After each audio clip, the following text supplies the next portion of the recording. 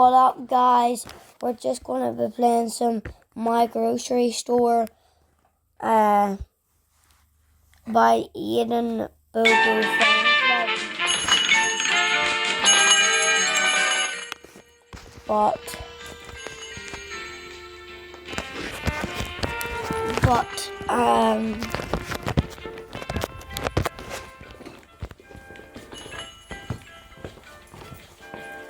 I don't honestly know what to do, guys.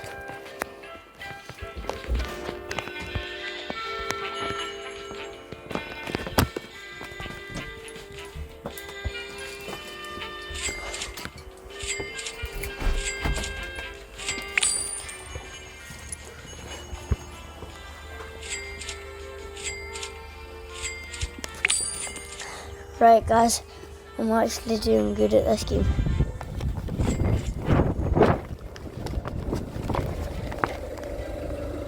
Wait, guys, I'll be back in a minute. Urgent intervention. Right, guys. The letter was written by Richard Evans, owner of the cafe, who's with us in studio this morning. And so too is Belfast City Councillor Paul McCusker. Good to see you both. Thanks for coming in. I mean, let's go right back to the start, Richard. First of all, what happened to your cafe or your property? We called first thing on Saturday morning before starting to get ready for service for the day that we had been broken into. Obviously rushed down the road to get in to find that the property had been compromised, and then find out that somebody's put a cake through the side window, and then letting the dust settle, so to speak, and start to go through the process of how do we evaluate this, what has in fact been done, what is damage, what can be cleaned up and potentially ready for the day, and trying to engage with the police that were there at the time to see what they were advising us to do. And then you enter this very strange purgatory of you have to wait for CSI to come down, they have to obviously go through the process. It's just a bit of a weird experience. So what facts have you been given in terms of what actually happened? Well, the facts are very obvious with our CCTV being in place that an individual was carrying out the premises earlier. And is this a culmination of all these stories that you're hearing, and then what happens to you brings you to the point where you feel you need to write the open letter? We have worked through what feels like a level of perma-crisis since before, in around, call it the COVID window. As I mentioned to Paul earlier on, we were fortunate enough that we were doing services, teas and coffees and that during the COVID time. We were seeing all the police and the ambulances, and at the time we actually had you guys down and all the police were with us because there was very little happening and we were all out getting coffee and we thought there was an incident in the city. We became really friendly with all those guys, and I remember speaking to a few of the well-informed officers at the time who were saying that all of the actual crime in the city had stopped, but they were also anticipating a wave of what was going to come because all the drugs were being held to the border, nothing was moving, and then as this all started to come through, we then, as business owners, were seeing the ambulances and the police and the overdoses and the daylight dealing, where you've got the guy standing as a lookout, somebody else comes walking down, they have a wee chat, they disappear off, somebody comes back, and off they go again. So how would you describe what you see in Belfast as a business owner on a daily basis? I think, if you don't mind me saying, to zoom out and look at the city as a whole right now, and actually look at the bigger picture, which is, it's all very well for me to be a business owner and sit here and harp on about how hard it was for us to try and recover the day. We've lost revenue and there's untold damage. I have insurance in place. We will recover and we will bounce back. The thing that saddens me is that we have invested a substantial amount of time and energy into this location. I am not exclusive. It is not just me. I'm not the only independent who has done this. There are other people who have done this. They have put their life savings on the line to try and do something better for the city. Yes, of course, I wish to benefit from this as well, but there are also others out there who are in the same boat. We are not exclusive, where this is impacting everybody. And as I had said last night to somebody making a comment on Instagram, nobody's baby sets out on a Monday morning to be an addict. What we are seeing happen right now is indicative of a breakdown of support structure across the city, whether that be infrastructure, whether that be waste, water issues, rubbish. This is not just drug use, and I think it is incredibly reductive to call those people that did what they did trash or scumbags or how dare you. I don't feel angry at them at all. I'm sad because the city that I have relocated to and invested in, that I have young children in, is not doing what it potentially can because of poor management. So what's in your letter to Paul and his colleagues? My letter to Paul would probably be a joint one because he's much on the same page as I am. I think as a business owner, I am looking at the detritus. I am looking at other cities that I have visited where go out in Manchester, on 2 o'clock in the morning, the streets are dispersed. You would think this is absolutely wild. 7 o'clock the next morning, there are street sweepers out, there are people washing the place down, it is ready for a family. Now you tell me on a Saturday morning, you can go out in Belfast, you can walk across the city with these vehicles, that we don't have the resources or the manpower to actually turn this place around, to make it family friendly and ready for a Saturday, and also entertain the nighttime economy, which businesses need. Do you have sympathy with what you've heard, Paul? I do, and I hear this sadly too frequently now in terms of the issues we're seeing in Belfast City Centre. We've been talking about this for quite some time. City Council have a focus way back about the issue around the waste and what we're seeing in terms, but we don't see a lot of focus on those individuals who that she talks about in terms of caught up in addiction stuff, and it was wrong what happened, completely wrong. But we need to be looking at bigger and better ways of how we support those people who are on our streets, whether it's homelessness, whether it's addiction. We talked about overdoses. A number of weeks ago, we dealt with 5 overdoses in 4 days. So our ambulance service are stretched. Our A&E departments are seeing this. So the knock-on effect this has in other services can be seen every single day. So you're saying you can't do it on your own as a council. But whose responsibility then is it to put it all together? Well, to give you an example, 6 years ago, I put a motion to council about the need for a drug task force and also for a drug consumption room, looking at other cities that actually have tried to address this very well. 6 years on, what has happened? Nothing. So council does have a part. Sorry, Richard. Sorry to tie in with what you were saying, what we were discussing in the green room earlier, is it? What's the body count? My son's school can't get speed bumps outside. They have been trying, they've been doing all the stuff, but it all boils down to body count. So what's the body count? Well, how many people do we have to have dead? And where are those numbers? It's all very well that we can look online and see how much money was spent on consultation with the council over the last couple of years. And very, very cursory search this morning, I think it was in the region of about 13 million according to Google. What's the body count? You were telling me about those number of overdoses and people in dire need. You mentioned another case this morning of somebody I had last week who he went from being kicked out of his house to the following week finding him now injecting drugs into the building. That's a 7-day cycle. Nobody's baby sets out to do this. I agree, and council have a massive role to do, but I think it's other departments and communities, infrastructure. They're aware of the issues, but it seems to be been ignored. Many people who, in terms of my other role, people get really supported the single day on the streets. They feel ignored by the public, but also they feel ignored by our statutory services who are feeling essentially. So what you get is that knock-on effect that people aren't getting the right support.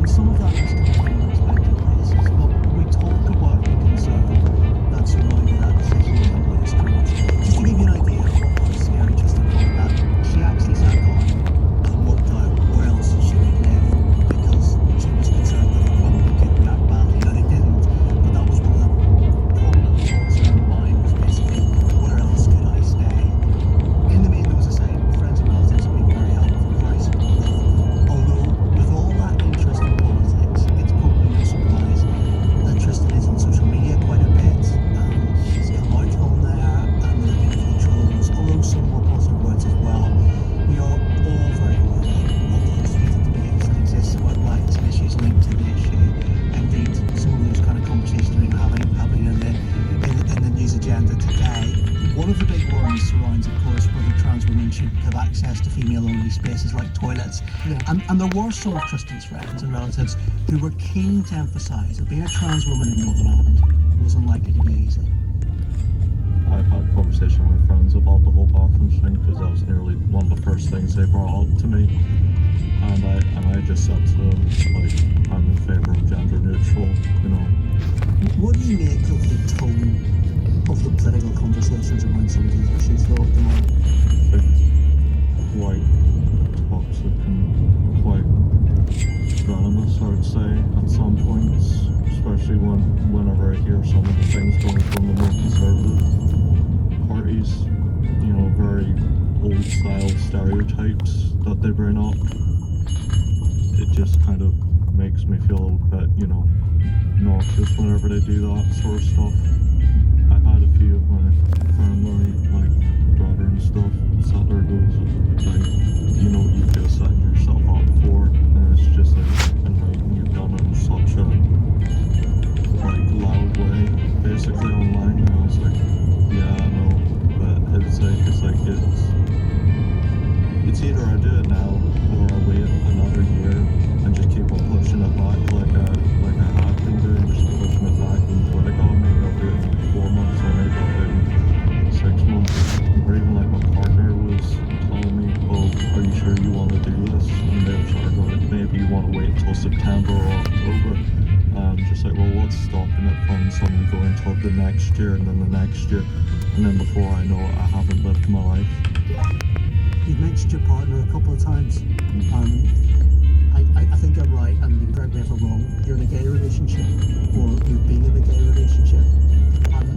Actually, you becoming trans, that obviously has an impact on your partner as well in that relationship. Yeah, it did quite a bit. We had to have quite a lot of conversations on it. At first, he wasn't 100% behind it. He was kind of like saying, are you sure? And he was just like, do you want me just to take you out some places and like maybe take you to like a rainbow project to talk to some people about this first? You know, and then we had the conversation. He's like, I sort of dated you thinking you're a man, not really. You know, it's been quite a hectic over conversation, to be honest. But they're supportive now. Do you get a sense from that though, of all the different aspects of life that are going to change for Tristan, that have been changing for Tristan over the last number of weeks? I mean, it's a really interesting conversation with someone who is well aware of the difficulties that coming out as trans will inevitably mean, and she is right at the start of that journey. But fundamentally, Tristan says the past 2 months have been some of the happiest that she's had in recent years. That's a big difference. And you hear that interview in Film the Norman Show just after 9, and after 9 she mentioned as well, we'll be discussing what you've just been talking about as well, just the state of Belfast. I'm sure people have views on what they've seen in Belfast, and we'll be discussing that from lines up to 9 o'clock. Great. Okay, Chris, thank you very much indeed. Myself off the Norman Show starts stealing our stories. Well, I mean, at least he's doing both programmes, which is what you would expect from him. He's doing talkback and EBS. I think we could do this as a 3, you know, 3 of us doing it together. Would that be all right? So it's all here. Are you coming to join me on Friday or not? I think I am. I think accidentally I've been able to be away on Friday for various reasons, but yeah. I mean, I'll be back with you next week. That'll do. I'll take that. Left me in the lurch. We have been speaking about inflation, the rate at which prices are rising. New figures showing the UK inflation rate fell to 2.6% in the year to June, and that drop was driven by lower motor fuel prices, especially diesel. Here's a bit of an explainer from our business correspondent, Peter Ruck. The key number this morning is 2.6%. I'll explain what that means in a moment. The reason we're talking about it is, of course, because the Prime Minister said he wants to offer people breathing space, breathing room for the cost of living. That raises the question, well, what's the scale of the challenge and what do people want breathing room from? And that's where this number comes in. What's 2.6% mean? It means that prices rose, on average, by 2.6% in the 12 months to June. And what we need to do is compare that to the previous month's figures. 2.6% is a slowing in the headline inflation rate. Inflation rose at 2.8% in the 12 months to May. So an easing in price pressures, at least in the stats, and an easing that is a little bit larger than some economists had been expecting this easing, well, petrol prices fell quite significantly in June, which helped. We know, of course, that the Iran peace deal was behind that. Food prices also fell for products like chocolate, margarine and beef. The key question, will it last and will people feel that easing? I can't answer that question. Sure love to know, but that answer that, but that was Peter Luddick, who is our business correspondent. It's expressible.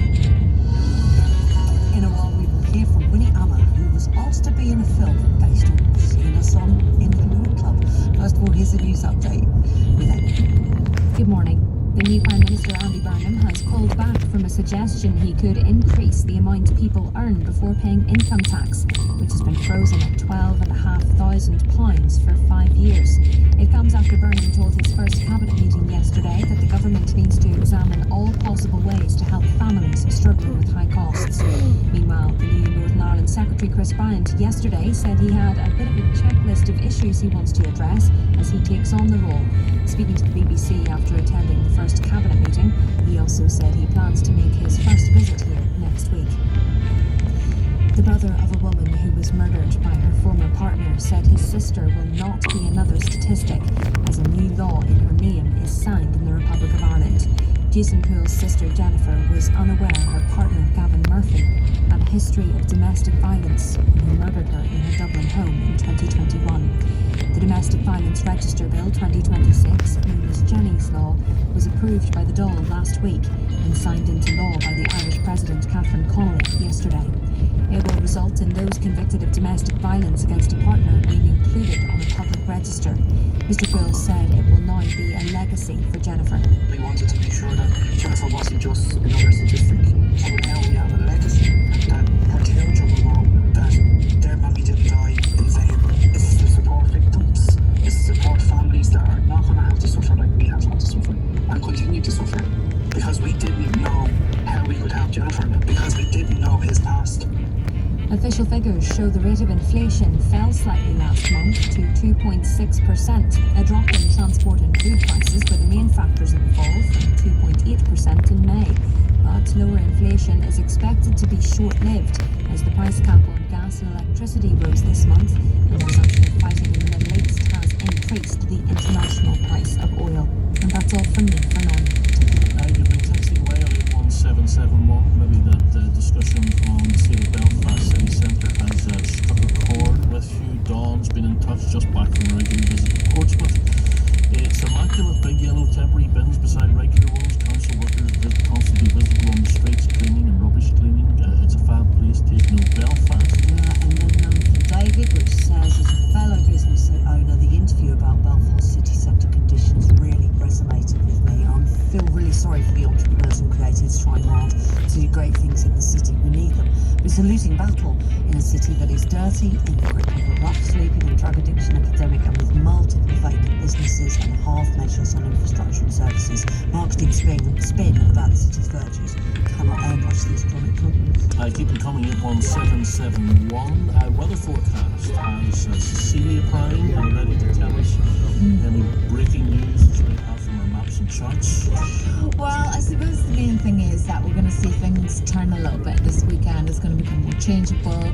Most of us will see a bit of rain for a time on Saturday, and then there'll be odd showers on Sunday and further showers next week. That gets us into the last week of August. But as I was chatting to Sarah there, I was saying I was reading the Met Office blog, which talks about August and hints at some drier, warmer, more settled conditions returning in August. Now, of course, the question mark is how far north they come, because the northwest will still be at risk from Atlantic systems. So we're always in that kind of middle zone. So, but it means that basically, summer's not over yet. Let's face it. While there's ice lollies in the freezer, summer's not. Well, I'm more an ice cream person, yeah, and there are mini magnums in the freezer. Yeah.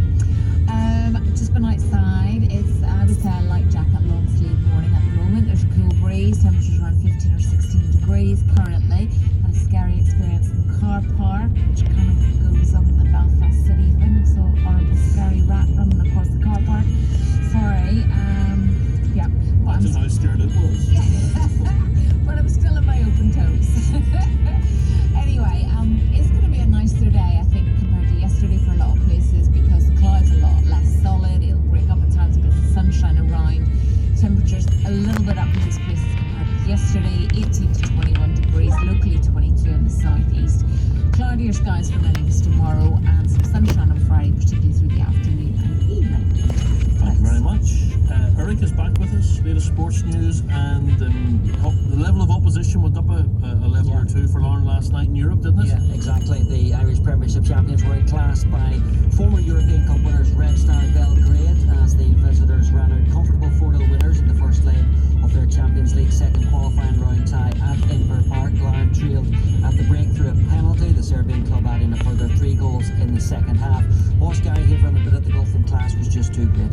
They've got so much quality, like, do you know what I mean? Honestly, we were going through their team and that, and they're bringing on £4.5 million players. They've spent over 21 million there this summer alone, like, do you know what I mean? New acquisitions, they've got players technical for 20s and 20 odd million and that, like, you know, they're looking for the striker and the 22 to play up front for them. They're so good, and to see them up close and see the movements and the intensity of what they play at and the concentration, everything else, but it's just levels, like, you mean, and like I said, there's no slanting at there for our boys. I'm incredibly proud of them. Lauren will travel to Belgrade for the second leg next Wednesday. Shamrock Rovers also face an uphill task after losing 2-0 away to Ararat, Armenia. What about Hearts?